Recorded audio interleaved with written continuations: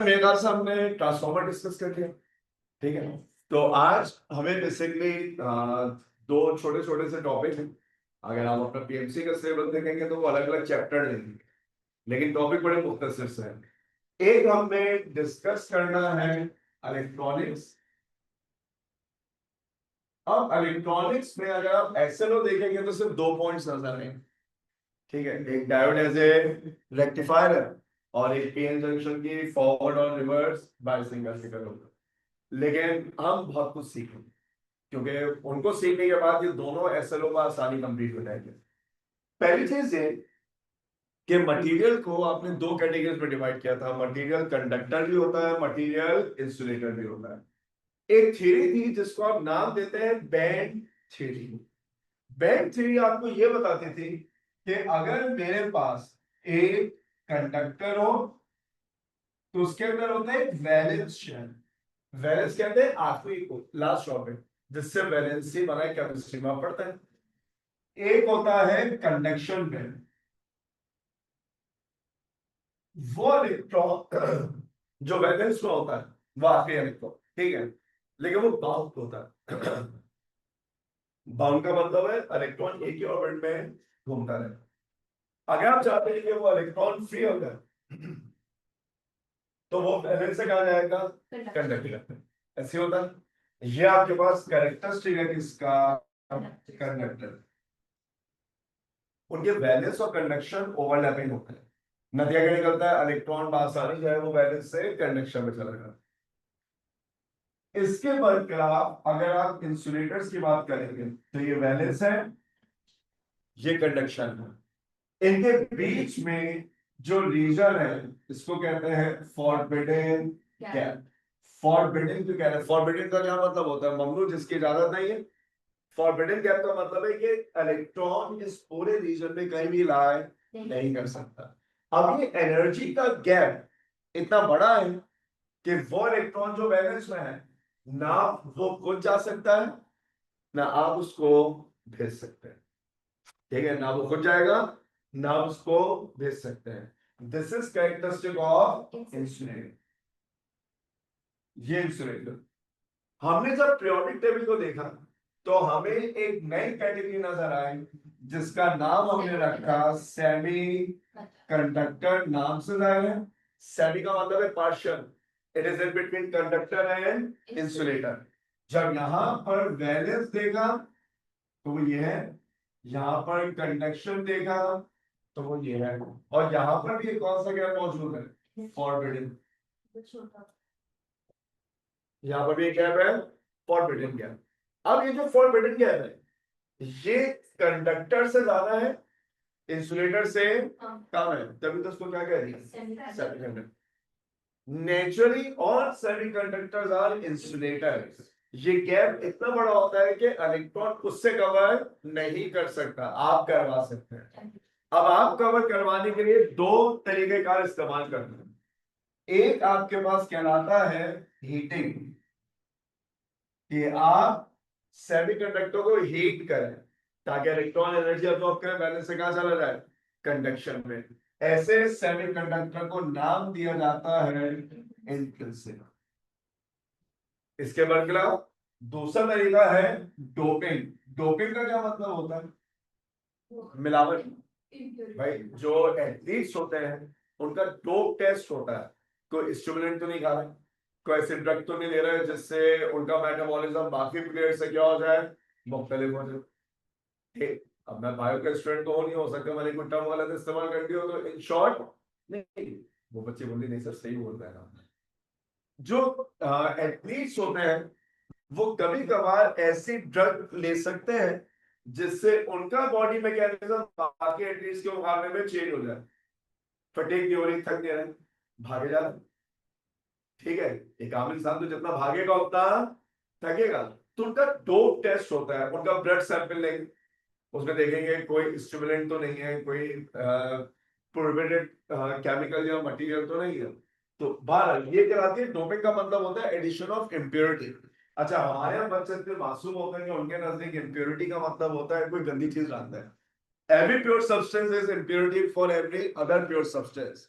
Gold और platinum एक दूसरे के लिए इम्प्योरिटी, हालांकि दोनों प्रेशियस मेटल है, गोल्ड भी और प्लेटिनम भी। मेरे ख्याल से प्लेटिनम से ज्यादा महंगा होता है, ठीक है, मुझे इतना आइडिया नहीं है मेटल का, लेकिन मेरा ख्याल है कि है दोनों महंगे मेटल है, लेकिन दोनों एक दूसरे के लिए क्या है, इम्प्योरिटी।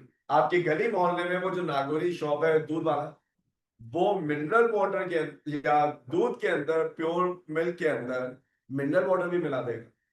तो वाटर के लिए मिल्क इम्प्योरिटी है और मिल्क के लिए वाटर प्योरिटी है। Every pure substance is impurity for every other pure substance. तो अब ये जो डोपिंग के बदौलत बनेगा, ये कहलाएगा क्या, एक्सट्रिंसिक नाम से जाएगा। यहाँ जो इलेक्ट्रॉन होंगे सेमीकंडक्टर के अपने होंगे, इंटरनल इंट्रिंसिक। यहाँ जो होंगे वो डोपिंग से आएंगे, एक्सटर्नल यानी एक्सट्रिंसिक। अब अगर मैं यहाँ पर देखो सेमीकंडक्टर, तो सेमीकंडक्टर का ताल्लुक है पीरियोडिक टेबल के फोर्थ ग्रुप से। उस फोर्थ ग्रुप में हमारे पास मौजूद है silicon, carbon, carbon family, carbon तो पहला ही element, carbon, silicon, germanium. Carbon के अंदर एक ऐसी प्रॉपर्टी पाई जाती है जो पीरियोडिक टेबल के बाकी एलिमेंट्स में नहीं होती, जिसकी वजह से आपने ऑर्गेनिक केमिस्ट्री पढ़ी है, कैटिनेशन। कार्बन अपने जैसे कार्बन से मिलकर लॉन्ग चेन बनाता है, तभी तो आप पॉलीमर्स देखें कितने बड़े बड़े उनके जो है वो मॉलिक्यूलर फॉर्मूला होते हैं, वो बचपन में पढ़ते थे, वो ब्रैकेट के नीचे नंबर लिख देते थे, 11 12 20 25 जो भी है। इंपॉर्टेंट बात क्या है, कार्बन के अंदर पाई जाती है कैटिनेशन, अपने जैसे कार्बन से मिले लॉन्ग चेन बना रहे। ये टेंडेंसी किसी हद तक सिलिकॉन में भी होती है और जर्मेनियम में भी होती है, क्योंकि फोर्थ ग्रुप है, तो ऑटोमोस्ट शेल में कितने इलेक्ट्रॉन होंगे, इसके 4 होने का मतलब है कि इस एक सिलिकॉन को कितने सिलिकॉन में सराउंड किया हुआ, 4। अब ये काम हर सिलिकॉन के साथ हुआ होगा, हर सिलिकॉन को बेसिकली 4 सिलिकॉन क्या करना होंगे, सराउंड। मैं करता हूं इंप्योरिटी, अगर मैंने इंप्योरिटी ली जिसका ताल्लुक है 5A ग्रुप से, तो 5A ग्रुप का मतलब है आउटरमोस्ट शेल में 5 electron.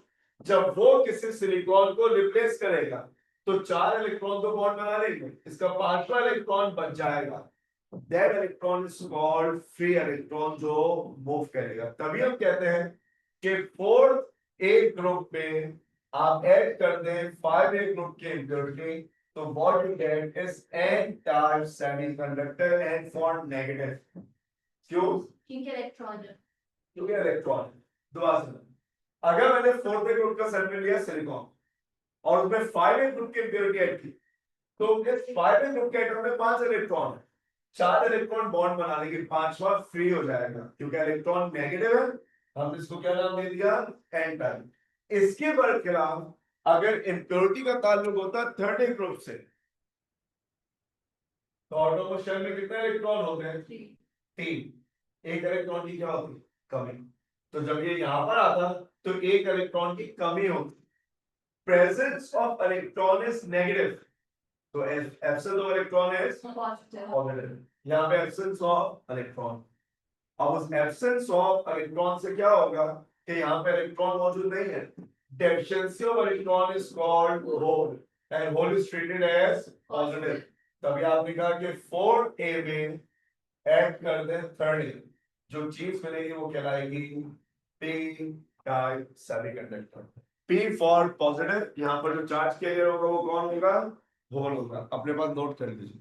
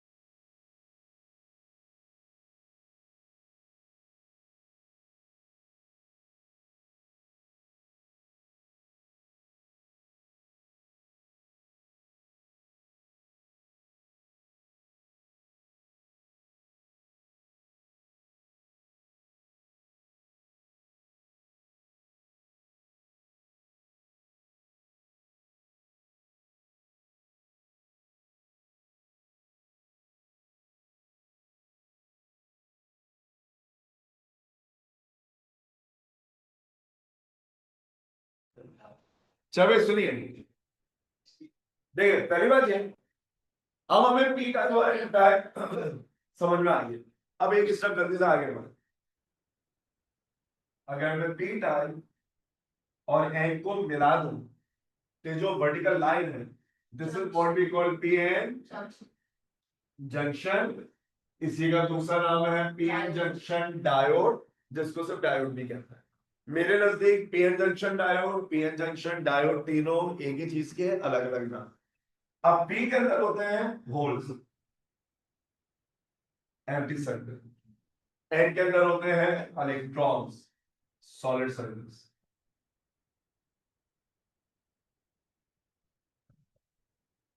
Holes, empty circle, electron, solid circle. हमें पता है electron always travel from low potential to high potential.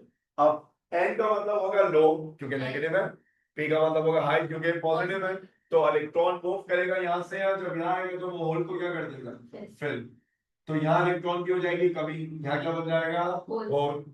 याद रखिएगा वो इलेक्ट्रॉन जो फ्री होते हैं वो फ्री टू मूव है। वो इलेक्ट्रॉन तो होल में ट्रैप हो गया ना, तो बिल्कुल उस इंसान की तरह जो कराची के मैन होल में ट्रैप हो जाए। कराची की रोड पे जो मैन होल होते हैं, अक्सर लोग उसे मेन होल कहते हैं, वो गलत चलता है। मैन होल बिल्कुल सही लफ्ज है। क्यों? क्योंकि वो होल इतना बड़ा होता है कि पूरा बंदा आप उसमें से उतार देते हैं। अब अगर कोई शख्स उस मैन होल में चला गया तो वो तो ट्रैप हो गया ना, क्या वो बाहर निकल सकता है? नहीं निकल सकता। इसका मतलब ये हुआ कि वो इलेक्ट्रॉन जो यहाँ है वो ट्रैप हो गया। अब अगर आप इस रीजन को गौर से देखें तो एन में इलेक्ट्रॉन होना चाहिए, मौजूद क्या है, होल। पी में होल होना चाहिए, मौजूद क्या है, इलेक्ट्रॉन। हर एक अपने अपने चार्ज कैरियर से खाली है। इसको कहते हैं डेप्लीशन रीजन। पी अपने चार्ज कैरियर से खाली है, अपने चार्ज कैरियर से खाली है। अब अगर ये वाला इलेक्ट्रॉन यहां से आना चाहे तो इसकी जिंदगी थोड़ी मुश्किल है। अच्छा, आप सारे यहाँ गौर से देख रहे, मैं लिखने का भरपूर मौका दूंगा। ये इलेक्ट्रॉन का यहाँ जाना चाहिए तो ये इलेक्ट्रॉन इसको रिपेल करेंगे। इसका मतलब अब इलेक्ट्रॉन के पास सफिशिएंट एनर्जी होनी चाहिए। तो हमने कहा यहाँ पर एक पोटेंशियल क्रिएट हुआ, जिसको कहते हैं बैरियर पोटेंशियल या पोटेंशियल बैरियर। रुकावट है इलेक्ट्रॉन के फ्लो करने में। इलेक्ट्रॉन के पास एनर्जी थी, वो फ्लो करेंगे। यहाँ पर आगे तो बताइए डेफिनेशन रीजन बढ़ गया या कम हो गया? डेफिनेशन रीजन बढ़ गया, बैरियर पोटेंशियल बढ़ गया। कि यह हमें पता होना चाहिए। अब इस डायोड का जो सर्किट सिंबल है वो सर्किट सिंबल ये है। इस सिंबल में डायोड की कंस्ट्रक्शन वर्किंग सब छुपी हुई है। This vertical line is PN junction. तो अब इसके एक तरफ पी होगा और एक तरफ एन। ये एरो आपको बता रहा है पी कौन है। देखिए इलेक्ट्रॉन ट्रेवल कर रहा है एन से पी, लेकिन कन्वेंशनल करंट कहां से ट्रेवल करेगा, पी से एन, पॉजिटिव टू नेगेटिव। लिहाजा दिस इज पी, ये एरो ये बता रहा है कि ये पी है और ये एन है। खत्म समझ में आ रही है? अब आपके एसएमओ का पहला पॉइंट वो है जो यहां से मैं शुरू करूंगा, और वो क्या है? अगर मैं डायोड को सेट से इस तरह कनेक्ट करूं, पी को पॉजिटिव एन को नेगेटिव, याद करना बड़ा आसान है, P for positive N for. ऐसा करने से क्या ख्याल है, डेप्लीशन रीजन बढ़ेगा या डेप्लीशन रीजन कम होगा? कम होगा। क्यों? ये पॉजिटिव है, वो इलेक्ट्रॉन को जो ट्रैप हो गए थे खींच के बाहर निकालेगा। जब इलेक्ट्रॉन यहां से निकलेगा तो ये घूम के यहां पर आएगा, इसको क्या कर देगा, फिर। तो डेफिनेशन क्या होगा, come. This is what we call forward biasing. Forward biasing याद करना बड़ा आसान है। पी को कनेक्ट करें पॉजिटिव से, एन को कनेक्ट करें नेगेटिव से। फॉरवर्ड बायसिंग में depletion region will decrease, barrier potential will decrease and current will flow, current flow करेगा। इसके बरखिलाफ अगर मैंने पी को नेगेटिव और एन को पॉजिटिव से कनेक्ट कर दिया तो क्या ख्याल है, बैरियर पोटेंशियल बढ़ेगा या कम हो जाएगा? बढ़ेगा। यहां पर देखिए मैं दिखा सकता हूं, नेगेटिव पॉजिटिव, पॉजिटिव इलेक्ट्रॉन खींचेगा, इलेक्ट्रॉन यहां के डिपॉजिट होगा तो पी में इलेक्ट्रॉन आ जाएगा, एन में होल बन जाएगा, बैरियर पोटेंशियल बढ़ेगा। तो हम कहेंगे डेफिनेशन रीजन में increase barrier potential will increase and current will not flow. No flow of current. This is called reverse biasing. तो एक जुमला याद कर लीजिए, डायोड कंडक्ट इलेक्ट्रिसिटी फ्रॉम कहां टू कहां, P2N N2P, P2N हमेशा कन्वेंशनल फॉलो करते हैं. Diode conduct electricity from P to N when it is forward biased. Diode electricity conduct करता है जब वो फ्लो करता है P से N, कब, जब वो फॉरवर्ड बायस्ड होता है. ये सब नोट कर ले तो फिर इस चैप्टर का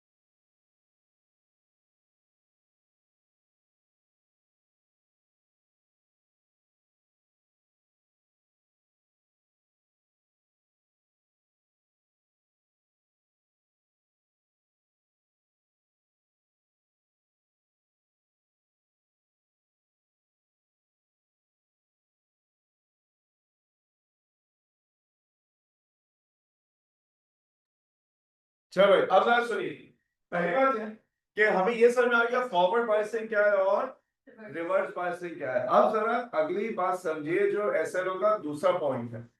एक तो हमें बायसिंग समझ में आनी चाहिए फॉरवर्ड में क्या होता है और रिवर्स में क्या होता है। यहाँ देखिए, अगर मैं आपसे कहूं कि मेरे पास एक ऑल्टरनेटिंग करंट, अब आप सारे मास्टर से इतने सही हैं आपको याद होगा, ऑल्टरनेटिंग करंट का मतलब होता है sinusoidal, positive negative positive negative, it alternates between plus and minus.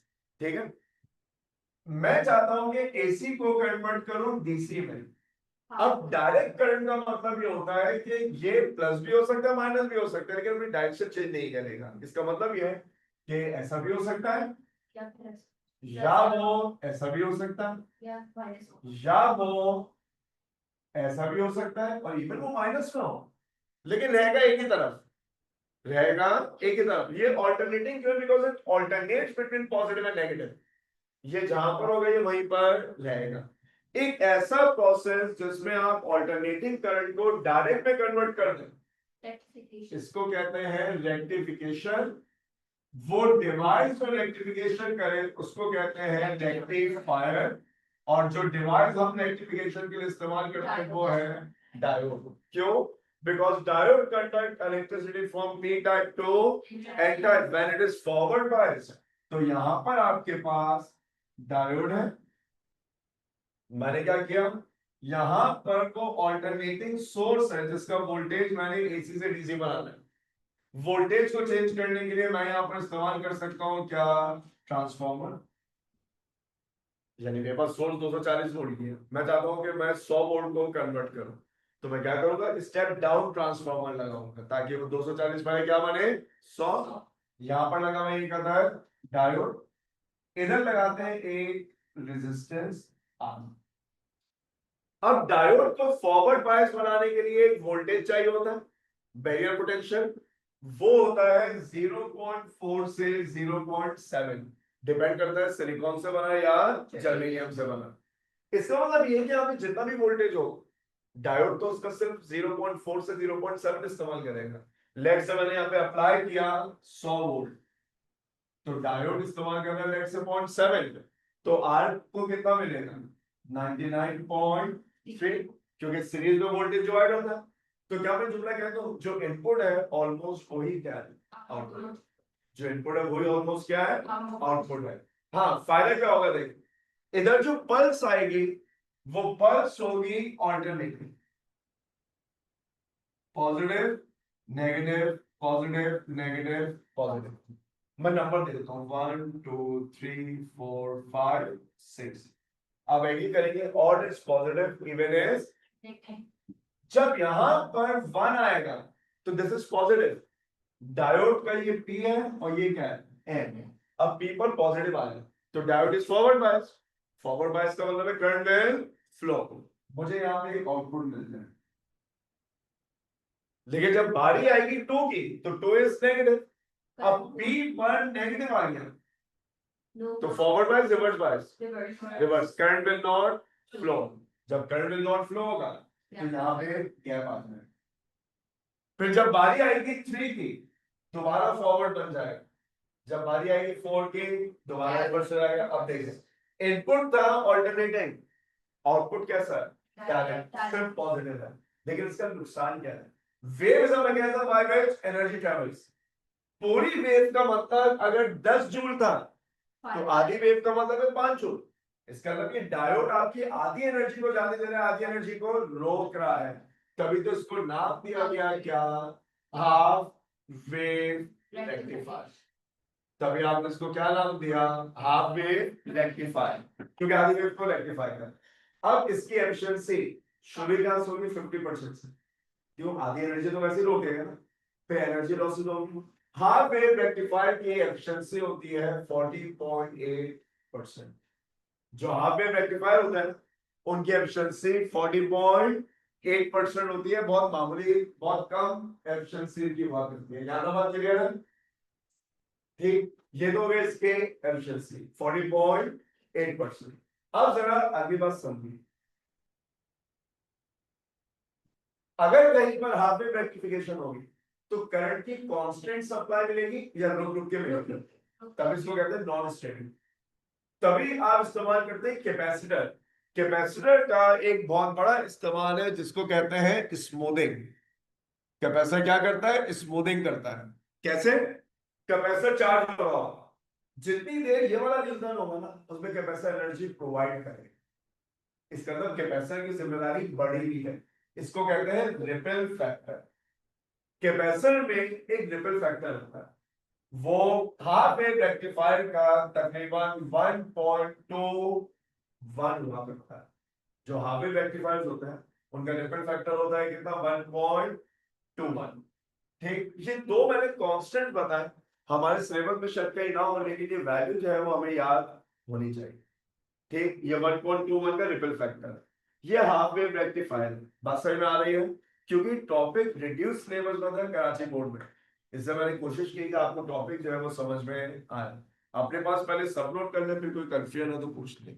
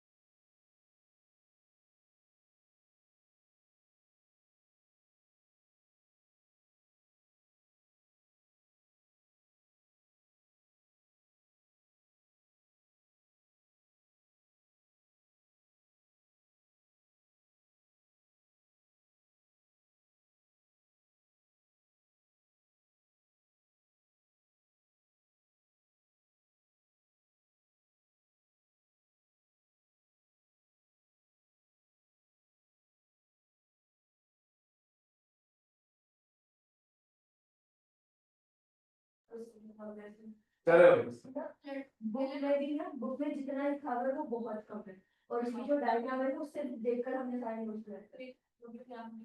यार और अब जरा समझें, हाँ में रेक्टिफायर का नुकसान ये है कि इसमें एनर्जी लॉस जो है वो बहुत ज्यादा है, लिहाजा में नीड थी कि इसकी फुल वेव रेक्टिफायर। अब अगर आप बनाना चाहते हैं फुल वेव रेक्टिफायर। तो ऑलमोस्ट सब वैसा ही है जैसे थोड़ी देर पहले था। वोल्टेज सोर्स, यहां पर लगाया था हमने एक ट्रांसफॉर्मर, इधर लगाया था एक डायोड। फर्क इतना है कि यहाँ पे दो डायोड इस्तेमाल होंगे और इधर एक रेजिस्टेंस। इस डायोड को कहता हूं D1, इसको कहता हूं D2। एक ऐसा ट्रांसफॉर्मर जिसका सेकेंडरी कॉइल सेंटर से कनेक्ट हो जाए ना, इसको कहते हैं सेंटर टैप ट्रांसफॉर्मर। ये सेंटर टैप ट्रांसफॉर्मर है। सेंटर टैप ट्रांसफॉर्मर क्या करेगा, कैसे करेगा? मैं अगर उससे बचने के लिए आपको बड़ा आसान सा तरीका बता दूं। याद देखिए, टैप समझते हैं? टाइपराइटर होता है ना, उसकी कीज को टैप किया जाता है, तो ये वही वाला टैप है, सेंटर टैप ट्रांसफॉर्मर। अब जरा गौर से देखिए ये करेगा क्या। ये ऑल्टरनेटिंग सोर्स है। देखिए डीसी सर्किट में साइन ये होता है, क्योंकि प्लस हमेशा प्लस है, माइनस हमेशा माइनस है। ऑल्टरनेटिंग में वेव बनती है। क्यों? आधी साइकिल ये प्लस होगा, ये माइनस होगा, तो अगली आधी साइकिल ये माइनस होगा, ये प्लस होगा, ये ऐसे चलता है। तो फर्स्ट कर ले, पहले हाफ की बात कर रहे हैं, जब ये प्लस होगा ये माइनस होगा।